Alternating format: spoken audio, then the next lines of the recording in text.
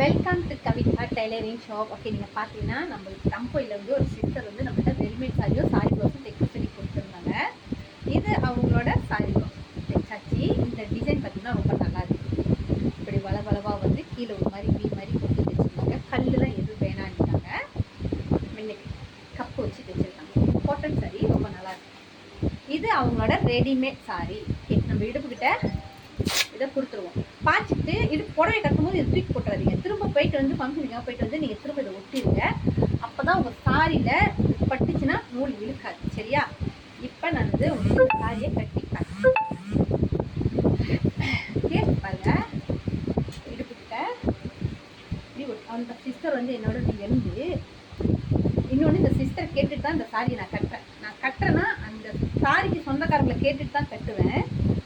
நீங்கள் நினச்சிக்காதீங்க எல்லா சாரியும் எடுத்து நான் கட்டுவேன்ட்டு. ஸோ நான் கேட்பேன், அவங்கள கேட்டுட்டு தான் கட்டுவேன்.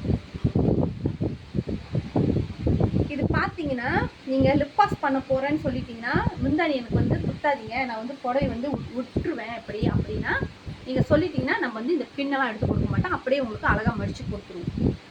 இடுப்புக்கிட்ட இப்படி தான் இருக்கும் பாருங்க. இப்போ இழுத்துட்டேன்.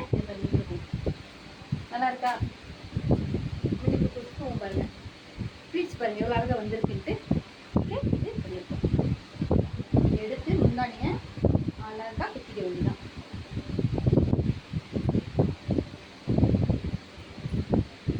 எப்படி இருக்கு? சூப்பராக இருக்கா? Readymade sorry.